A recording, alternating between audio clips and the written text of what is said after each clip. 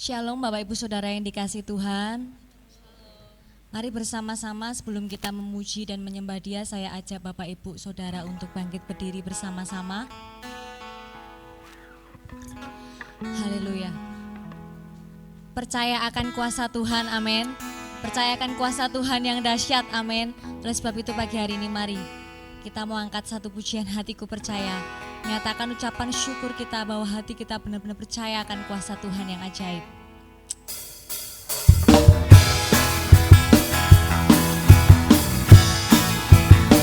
Amin Yesus.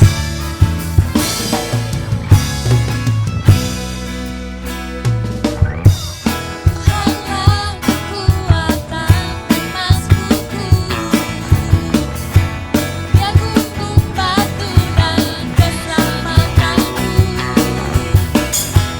Hanya padamu hatiku percaya, Kaulah menara dan kota perlindungan. Ku mau selalu bersyukur sebab cintamu padaku takkan pernah berubah. Hatiku percaya walau bumi bergoncang, gunung-gunung merantau, namun kasih setiamu tak berdalih. Amin. Kasih setiamu tak pernah jauh dari hidup kami Tuhan. Oleh sebab itu kami mau taruh kepercayaan kami kepada Engkau. Yes, bersama-sama nyatakan. Tuhanlah kekuatan emasku, Dia gunung batu dan keselamatanku. Sebab hanya padamu hatiku percaya, Kaulah menara dan kota perlindungan. Ku mau selalu bersyukur sebab cintamu padaku takkan pernah berubah. Hatiku percaya walau bumi bergoncang, gunung-gunung merantau, namun kasih setiamu tak berdalih. Amin. Saya percaya jemaat Gideon boleh semangat lagi nyatakan pujian ini. Sebab Engkau gunung batu kami Tuhan. Yes, mari jemaat Tuhan. Tuhanlah. Yes Tuhan. Keselamatan hanya padamu.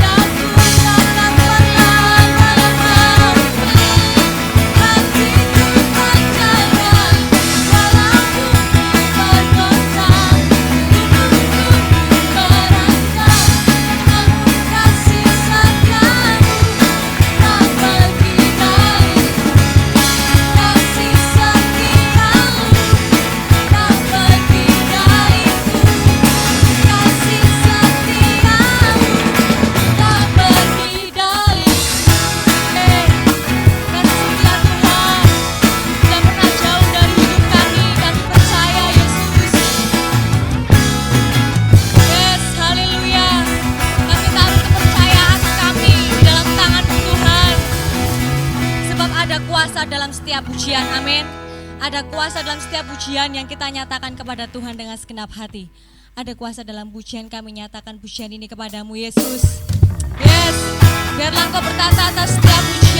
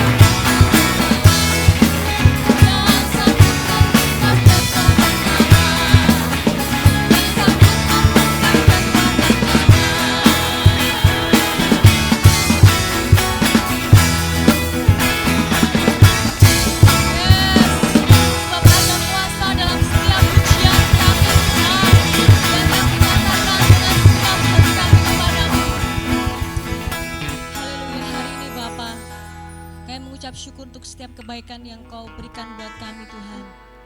Kami mau bangun keintiman kepadamu Bapa. Saat ini Tuhan Yesus, kami mau masuk dalam hadirat-Mu dalam roh dan kebenaran kami. Kiranya Kau melayakan setiap kami Tuhan, sehingga kami layak Tuhan berada di hadirat-Mu yang kudus, menyembah-Mu, bawa persembahan yang terbaik untuk menjadi dupa yang harum di hadapan-Mu Bapa. Engkau memberkati acara kami dari awal sampai akhir ibadah kami dalam kuasa Tuhan. Dalam kuasa Tuhan terjadi atas kami saat ini Bapa. Kami boleh rasakan mujizat-Mu yang ajaib terjadi atas kami. Terima kasih Yesus. Dalam nama-Mu kami berdoa dan mengucap syukur. Amin.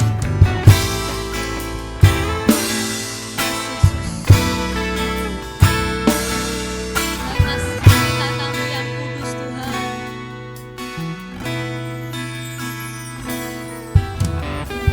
Kasih Tuhan Maha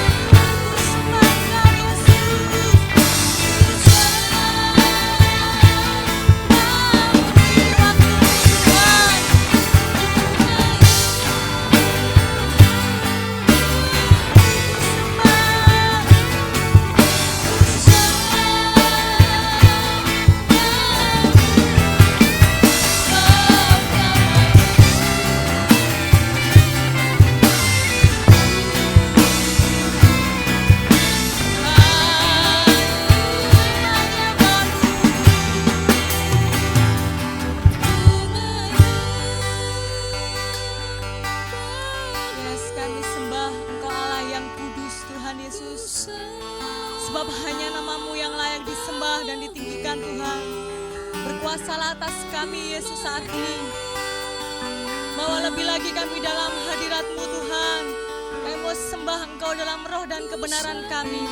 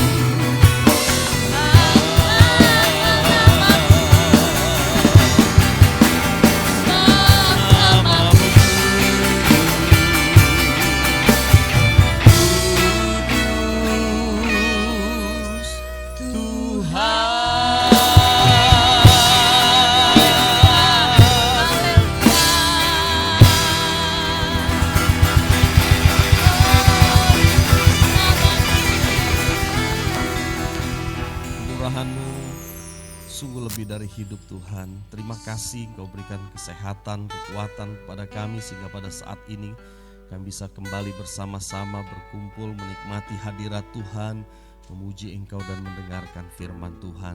Saat ini kami mau duduk diam mendengarkan Engkau berbicara melalui hamba-Mu Tuhan. Biar Engkau berbicara, Engkau menjamah kami semua yang hadir pada saat ini, sehingga kami semua diberkati oleh Tuhan.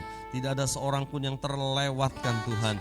Roh Kudus-Mu bekerja, Roh Kudus-Mu menjamah kami, memulihkan kami, menolong kami, memberikan kekuatan kepada kami. Terima kasih Bapa di sorga, kami siap mendengarkan Engkau dan Engkau berbicara kepada kami di dalam nama Tuhan Yesus. Haleluya. Amin. Silakan duduk saudara. Shalom. Ya, puji Tuhan, kita mengucap syukur karena Tuhan tetap memberikan kesehatan, kekuatan kepada kita, ya. Baik, saudara yang dikasihi Tuhan, pada saat pagi hari ini saya ingin bicara tentang Yesus memberi makan 5.000 orang. Saudara, bicara tentang Tuhan Yesus memberi makan 5.000 orang dengan 5 roti dan 2 ikan, kita sudah tahu ceritanya, ya. Sejak sekolah minggu kita sudah dengar ceritanya. Jadi saya pikir ini bukan sesuatu yang asing. Tapi mari kita lihat kembali saudara cerita ini di dalam Yohanes pasal 6 ayat 1 sampai dengan 15.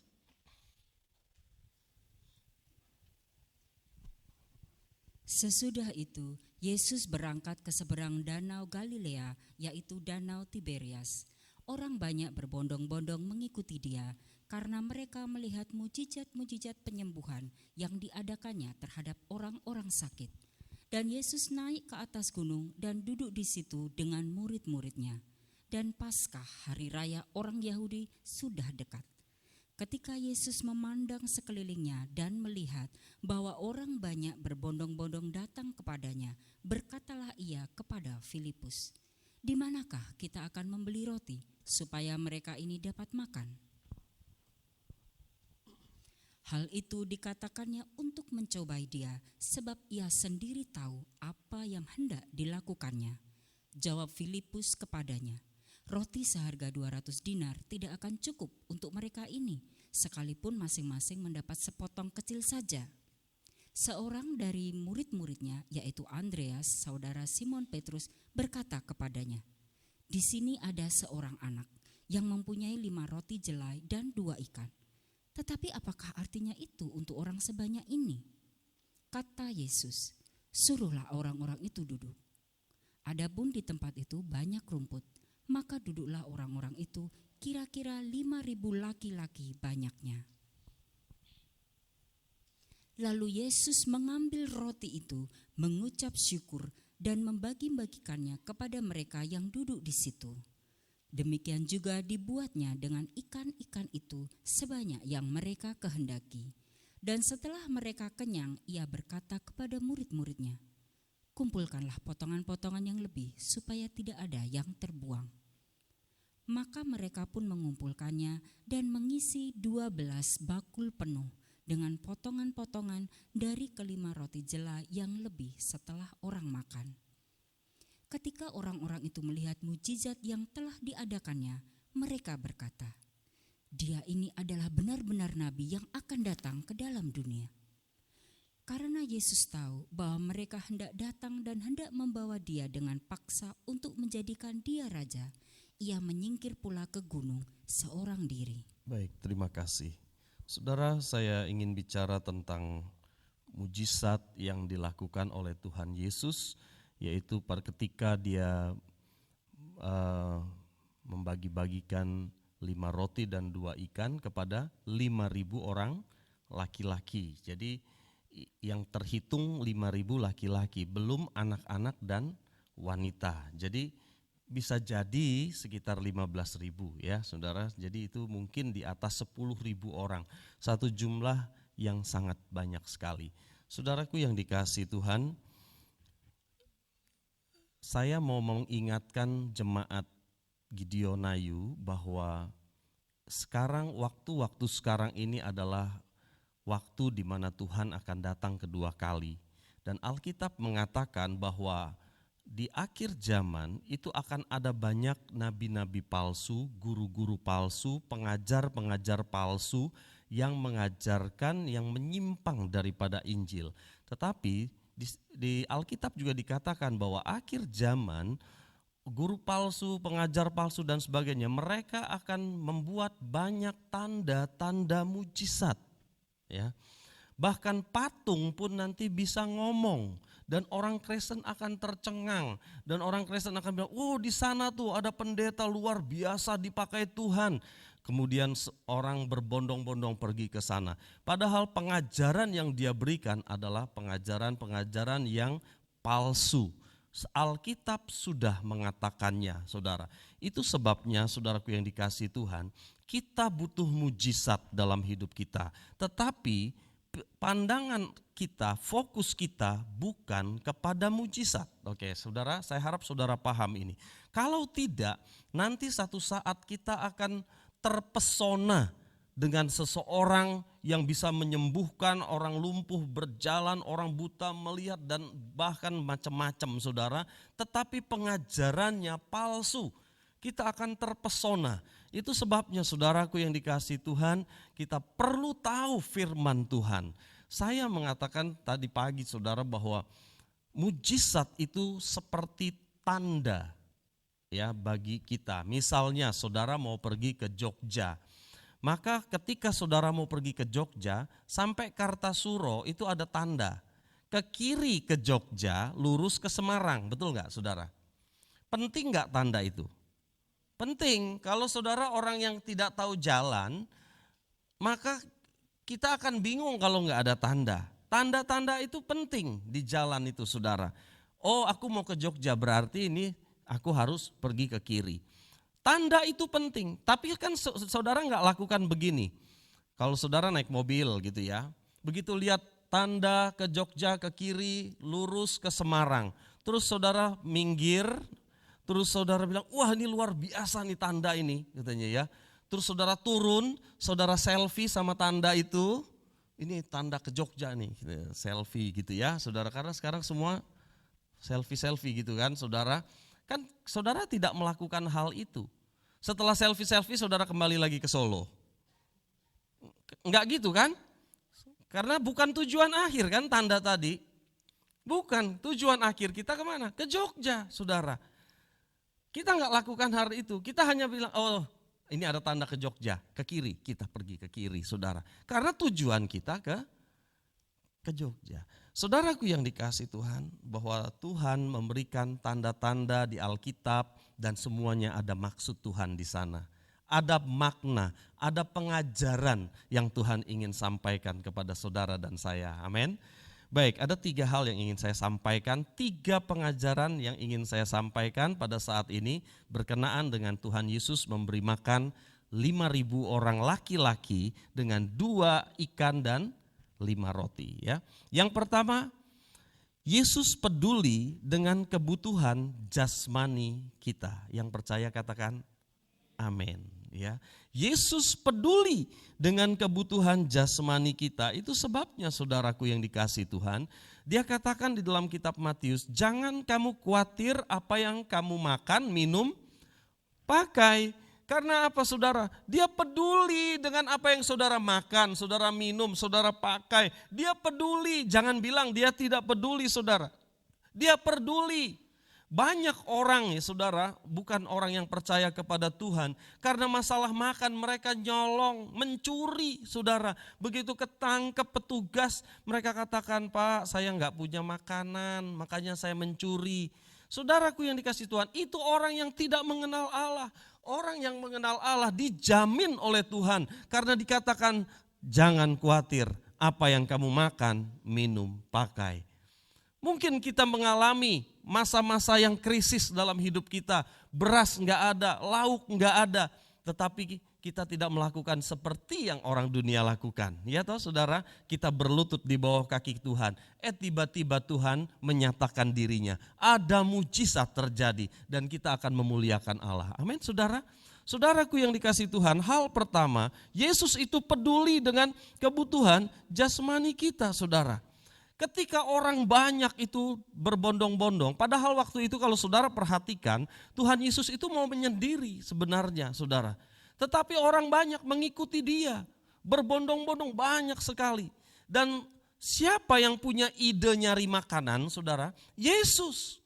Ngomong sama Filipus saudara, di ayat 5, kalau saudara baca ayat 5 tadi itu ya. Coba saya lihat.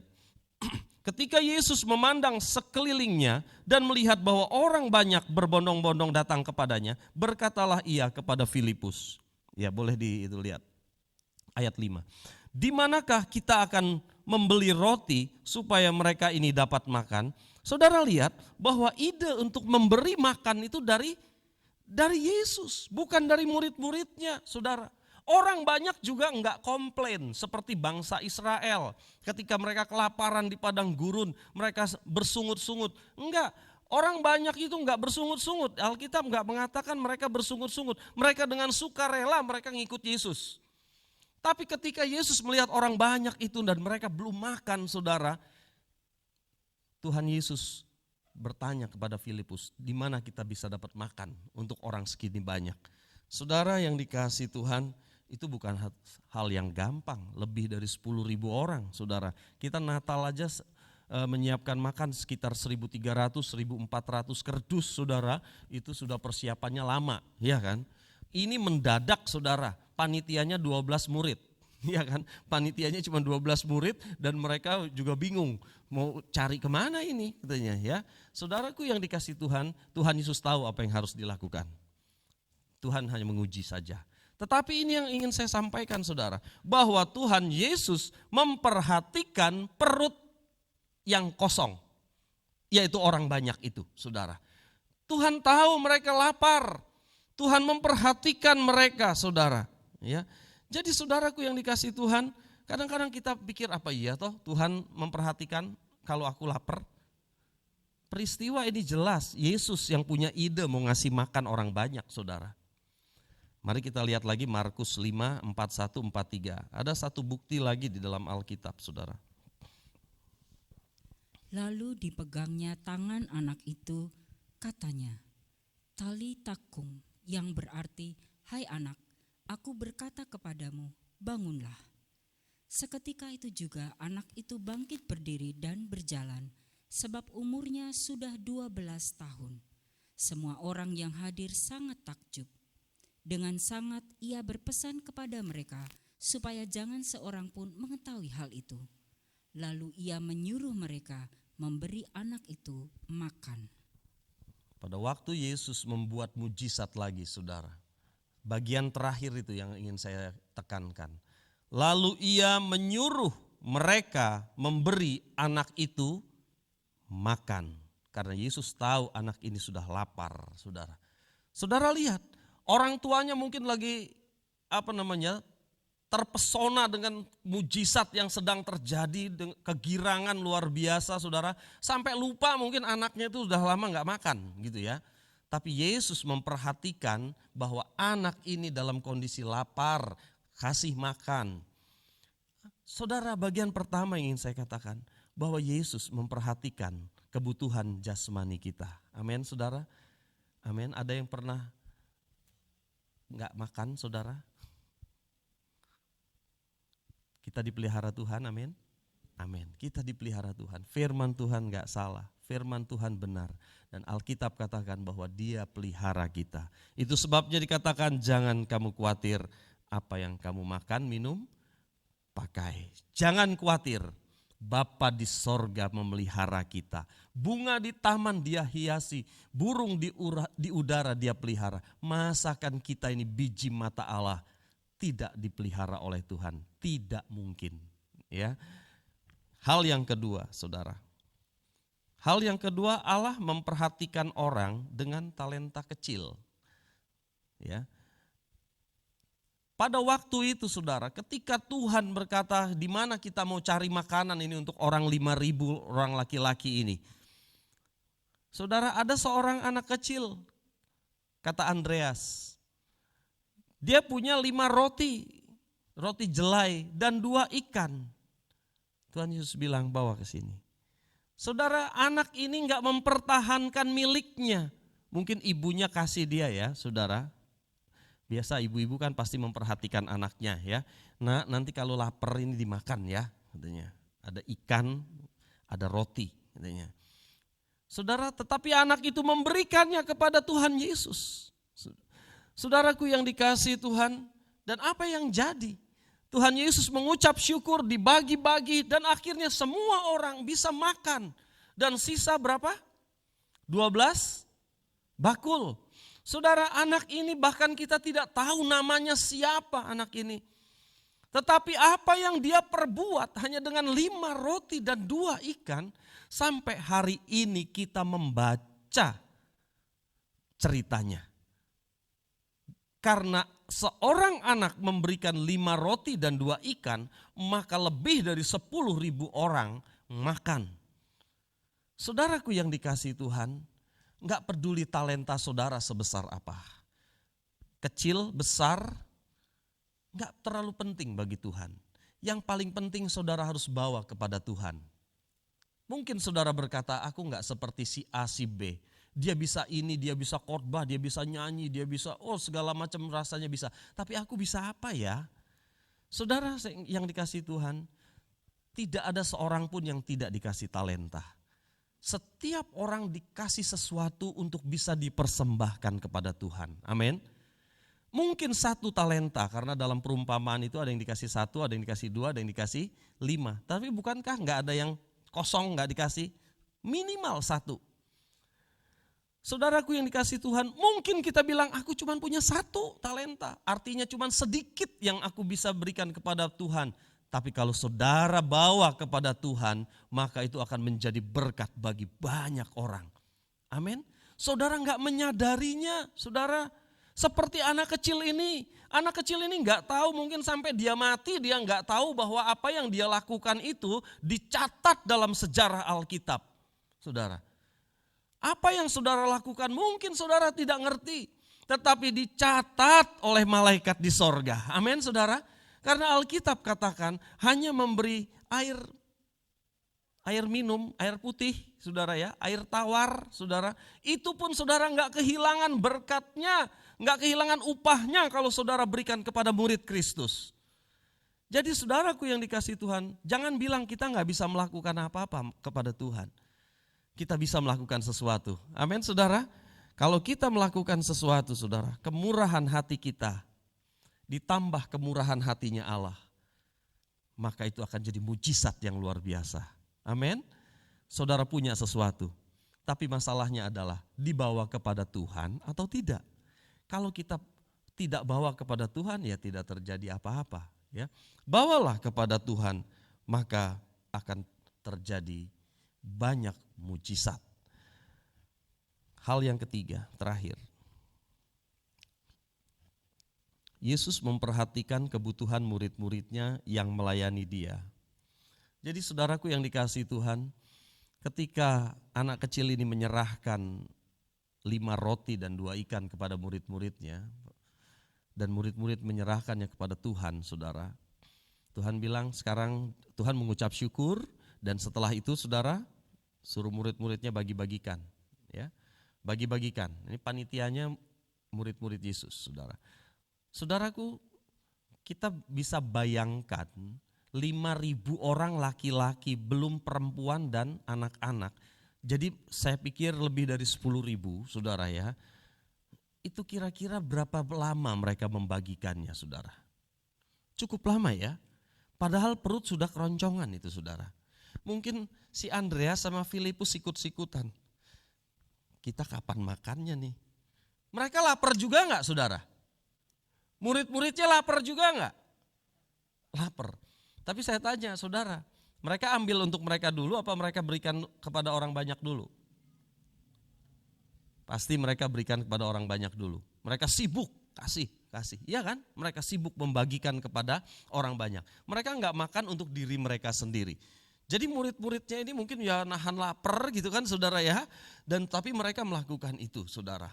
Nah saudaraku yang dikasihi Tuhan, setelah selesai kenyang Tuhan Yesus katakan kumpulkan sisanya. Berapa saudara?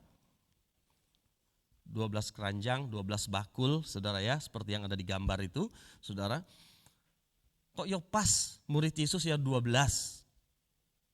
Kalau saya bapak punya 12 anak, terus ada 12 keranjang, maka saya akan bilang bagaimana? Ya wes nih satu-satu ya, jangan berantem. Kan gitu kan saudara. Saudaraku yang dikasih Tuhan, orang banyak makan kenyang, murid-muridnya Tuhan Yesus juga makan kenyang, mereka dapat satu keranjang satu. Luar biasa saudara ya. Saudaraku yang dikasih Tuhan, ketika kita punya event seperti ibadah ini saudara. Saudara pulang, tapi masih ada yang bersihin kursi saudara, karena kursi ini harus disemprot terus. Setelah disemprot ada yang ngelap, ada yang ngitung persembahan, ada yang banyak melakukan dan sebagainya. Ya toh saudara ya. Jadi saudaraku yang dikasih Tuhan, saudara mungkin sudah enak-enak. Habis ibadah aku tak ke Tawangmangu atau kemana, ya silahkan itu hak saudara ya. Tetapi masih ada orang yang bekerja untuk Tuhan loh saudara di tempat ini. Natal saudara. Natal kita adakan Natal dan sebagainya. Tapi setelah saudara pulang, panitia masih di sini loh saudara. Kadang-kadang mereka sampai malam di sini. Masih ada yang cuci piring di belakang. Ya, sama seperti murid-muridnya Tuhan Yesus saudara. Semua orang kenyang makan, tetapi murid-muridnya malah belum makan. Tetapi Tuhan itu baik saudara. Mereka dikasih keranjang-keranjang itu tadi. Ya saudara. Nah saudaraku yang dikasih Tuhan, apa maksudnya yang ingin saya sampaikan? Bahwa Tuhan itu juga memperhatikan orang-orang yang melayani Dia. Amin. Orang-orang yang melayani Tuhan, Tuhan perhatikan saudara. Asalkan kita tidak bersungut-sungut. Jangan sampai ya, ini pelayan-pelayan Tuhan. Semua jemaat pulang, ada yang nyapu mungkin, sendirian yang nyapu atau berdua, ngomel. Gak ada yang bantuin. Nah, terus mungkin ada yang cuci piring di belakang, sendirian.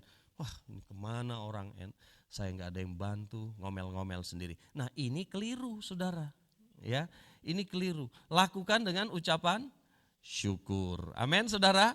Dan saya tahu saudara, Tuhan mencatat apa yang saudara perbuat. Ya, mari kita lihat Matius 19:27-29. Lalu Petrus menjawab dan berkata kepada Yesus, "Kami ini telah meninggalkan segala sesuatu dan mengikut Engkau. Jadi apakah yang akan kami peroleh?" Kata Yesus kepada mereka, "Aku berkata kepadamu, sesungguhnya pada waktu penciptaan kembali, apabila Anak Manusia bersemayam di tahta kemuliaannya, kamu yang telah mengikut Aku akan duduk juga di atas 12 tahta untuk menghakimi ke-12 suku Israel. Dan setiap orang yang karena namaku meninggalkan rumahnya, saudaranya laki-laki atau saudaranya perempuan, bapa atau ibunya, anak-anak atau ladangnya, akan menerima kembali 100 kali lipat dan akan memperoleh hidup yang kekal." Amin. Saudaraku yang dikasih Tuhan, ada upah ya untuk pengikut Yesus. Saudara percaya? Alkitab mengatakannya. Di sini akan menerima kembali 100 kali lipat dan akan memperoleh hidup yang kekal. Amin, saudara. Saudaraku yang dikasih Tuhan, saya mau katakan bahwa Tuhan tidak pernah berhutang tentang apa yang saudara perbuat. Ya, itu sebabnya lakukan pekerjaan Tuhan dengan bersyukur. Jangan dengan bersungut-sungut, tetapi dengan sukacita lakukan pekerjaan Tuhan. Talentaku sedikit, enggak apa-apa, aku serahkan kepada Tuhan dan itu akan menjadi berkat bagi banyak orang. Amin. Kalau saudara lakukan hal-hal ini saudara, maka Tuhan mulai memberkati saudara. Tadinya saudara hanya begini ya, menerima pemberian, tetapi karena Tuhan memberkati saudara akan menjadi orang yang begini. Apa itu saudara? Memberi saudara. Tadinya kita hanya begini, sekarang begini. Dulu membutuhkan, sekarang dibutuhkan saudara. Amin saudara. Saudaraku yang dikasih Tuhan, saya percaya. Tetapi saudara harus menjadi penyalur roti seperti murid-muridnya Tuhan Yesus. Penyalur roti. Amin saudara. Maka Tuhan akan memperhatikan hidup saudara. Memperhatikan hidup kita. Hari ini saudara, saya enggak panjang lebar firman Tuhan. Tapi yang saya tahu bahwa Tuhan peduli pada kita. Amin. Bahkan dia peduli saudara lapar apa enggak, ya. Dia peduli kepada kita dan dia akan berbuat sesuatu. Dia akan memberkati kita. Saya tidak tahu keadaan saudara. Mungkin gaji saudara dikurangi dari kantor karena COVID-19. Bisa jadi. Mungkin ada yang di PHK, ada yang banyak berkurang wira swastanya, usahanya dan sebagainya. Tetapi saudara, janji Tuhan bahwa dia akan pelihara hidup kita. Tuhan akan buka pintu-pintu yang lain. Kalau yang satu tertutup, yang lain akan terbuka. Amin saudara. Enggak akan kekurangan hidup saudara. Enggak akan kekurangan karena dia memperdulikan semua kebutuhan jasmani kita, saudara. Banyak perkara.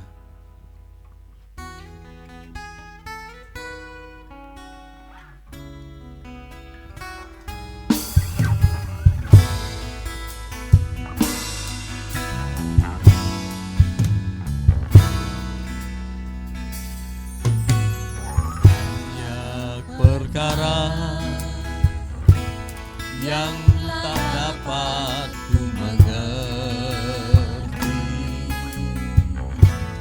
mengapakah harus terjadi di dalam kehidupan ini. Satu perkara yang ku simpan dalam tiada sesuatu kan terjadi tanpa Allah peduli, tanpa Allah mengerti. Bangkit berdiri bersama-sama, katakan mengerti. Allah peduli segala persoalan yang kita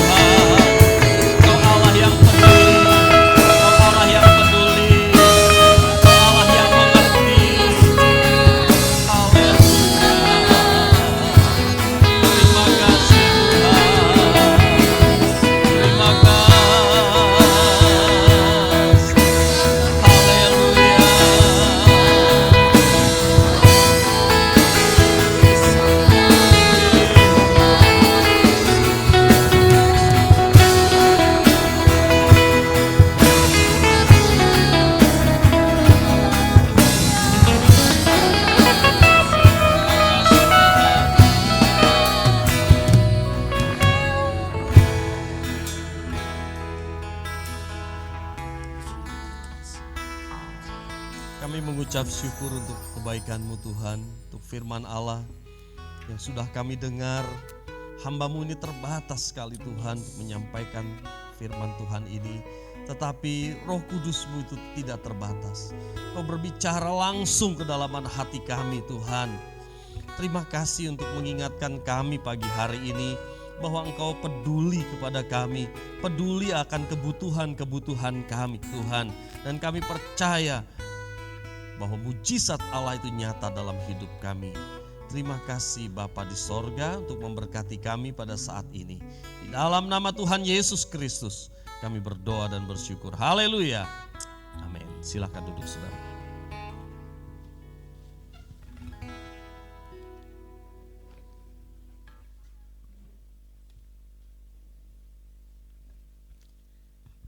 Kami mengucapkan terima kasih untuk Bapak Pendeta Teddy, untuk benar firman Tuhan yang dinyatakan hari ini. Kiranya Tuhan Yesus memberkati pelayanan Bapak Teddy. Saya akan membacakan pengumuman. Untuk yang pertama, ibadah offline atau tatap muka diselenggarakan 3 kali setiap hari Minggu pada jam 6.30 atau setengah 7 pagi, jam 9 pagi, dan jam 17 atau jam 5 sore. Yang kedua, jemaat yang hadir dalam ibadah offline atau tatap muka wajib mematuhi protokol kesehatan seperti memakai masker semenjak dari rumah, mencuci tangan dengan air dan sabun atau hand sanitizer sebelum memasuki gedung gereja. Suhu badan tidak boleh lebih dari 37,5 derajat Celcius, tidak sedang dalam keadaan sakit, jadi harus benar-benar dalam keadaan sehat. Anak-anak usia di bawah 15 tahun dan orang tua usia lebih dari 60 tahun tidak diperkenankan mengikuti ibadah offline atau tatap muka. Menyiapkan persembahan dalam amplop semenjak dari rumah. Pengumuman yang ketiga, bagi jemaat yang tidak dapat beribadah secara offline atau tatap muka, dapat menikmati ibadah online di kanal YouTube mulai jam 17 atau jam 5 sore. Pengumuman yang keempat, ibadah komsel diselenggarakan di gereja mulai hari Selasa sampai dengan Jumat jam 19 atau jam 7 malam sampai dengan jam 20.30 atau jam setengah 9 malam sesuai jadwal komsel yang telah ditetapkan. Mari bersama-sama Bapak Ibu kita bangkit berdiri untuk berdoa syafaat hari ini.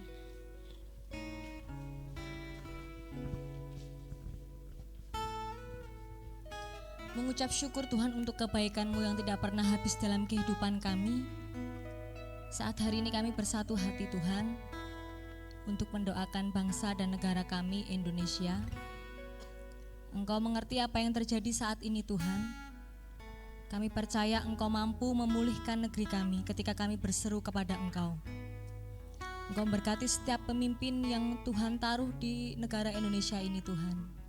Kiranya Tuhan Yesus yang memberikan hikmat untuk memimpin kami dari atas sampai bawah Tuhan. Untuk memimpin kami menjadi negara yang lebih baik lagi Bapa. Negara yang takut akan Engkau Tuhan. Kami percaya Tuhan, Engkau juga bekerja untuk bangsa dan negara kami menjauhkan dari segala virus penyakit kesakitan Bapa. Sehingga kami aman dalam lindungan Tuhan senantiasa. Terima kasih Tuhan Yesus, Engkau yang menaungi setiap bangsa Indonesia ini Tuhan. Terlebih Engkau menaungi kota Solo kami, di mana tempat kami tinggal Bapa dan tempat kami bekerja. Engkau menghindarkan dari segala virus penyakit Bapa.